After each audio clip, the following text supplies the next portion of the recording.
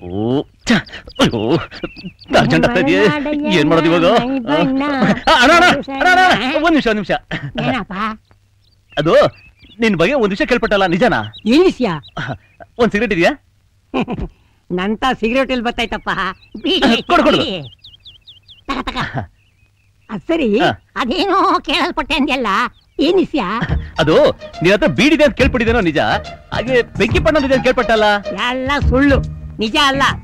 ಏನೋ ಕರ್ದ ಅಂತ ಬಂದ್ರೆ ಕೆಲಸ ಮಾಡ್ಕೋ ಹೋಗ್ಯಾ